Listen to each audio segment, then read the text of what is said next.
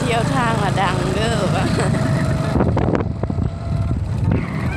บายบายบายบายโอ้ตายแล้วพร้อมนะน่าจะซื้อปลาบ่อยใช่ไหมนี่การรวยก่อนมีเนี่ยเออการรวยแล้วกันที่เฮาสิท่าว่าทางเขาก็ต้องก่ออ่างให้ทุกระยะน่าจะรู้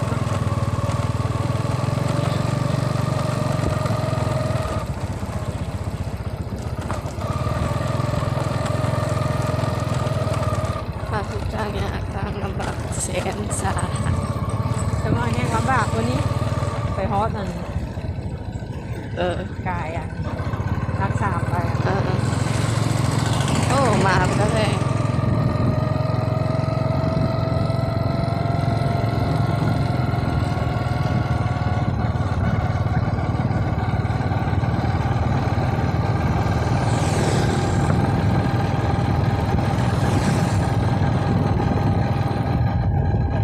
ตัวนี้ระบาดป่าซ้ายผู้ใดมีรถง่ายกับเหยียบเต็มที่เบิ่งทางเปียก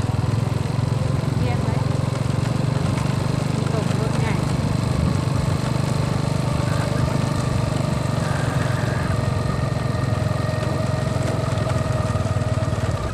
เขาปิดบ้าน ขับกล้องไปหมุนไปหมุนกล้องไปไหม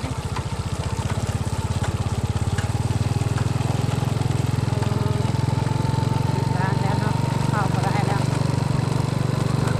เข้ากับทางบนมีโรงงานเข้ากับพิษแล้วมาใส่ในมีโรงงานคือดอกบ่อนโรงงานแล้วเขาว่าได้ปิดบ่อนอันบ้านบ่อนเขาบอกโลอยู่น่าจะปิดเข้าไปยังเห็นนะเขาเห็นเขาอันสั่งกันสั่งอยู่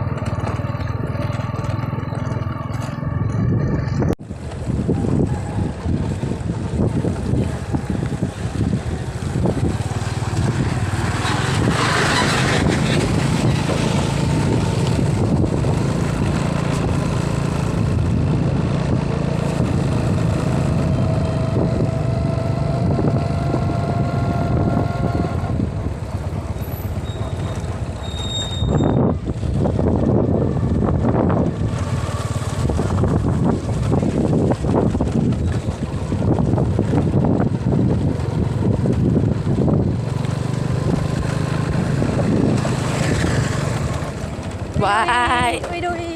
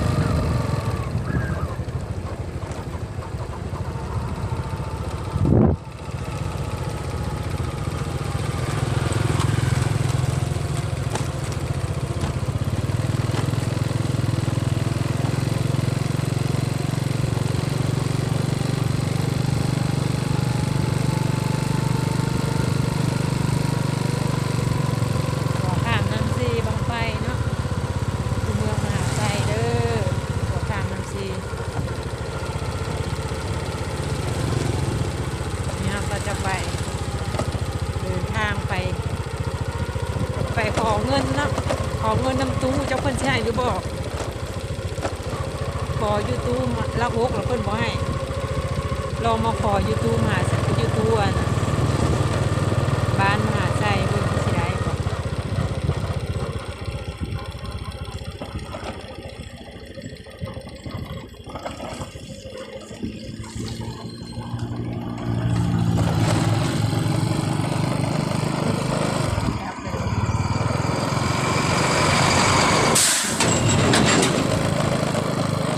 แกนี่อยากเห็นเนาะ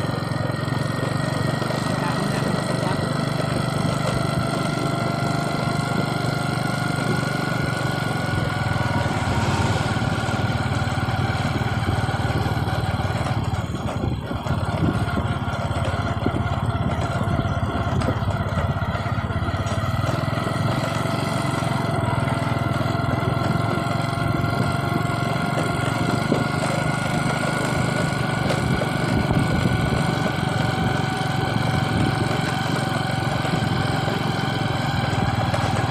หน้าไปงงามโอ้ยทางอ้อทาง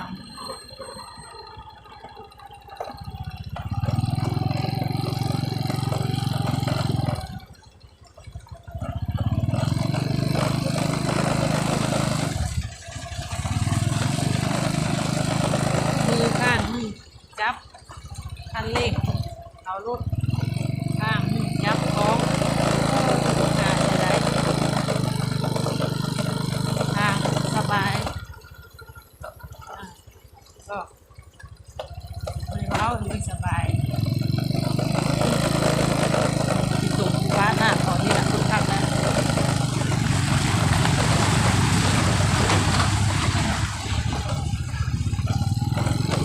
เดี๋ยวดูแล้วเนาะเห็นแล้วแดงๆนั่นขอให้ได้เด้อเพราะว่าจะเตรียมเครื่องแซ่บสบายเนาะเฮ็ดบุญ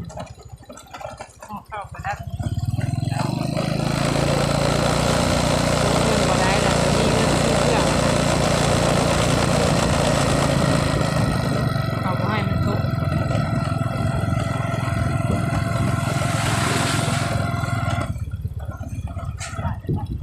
อันเบิ่งผู้นี้ก็น่าจะมาปลดเงิน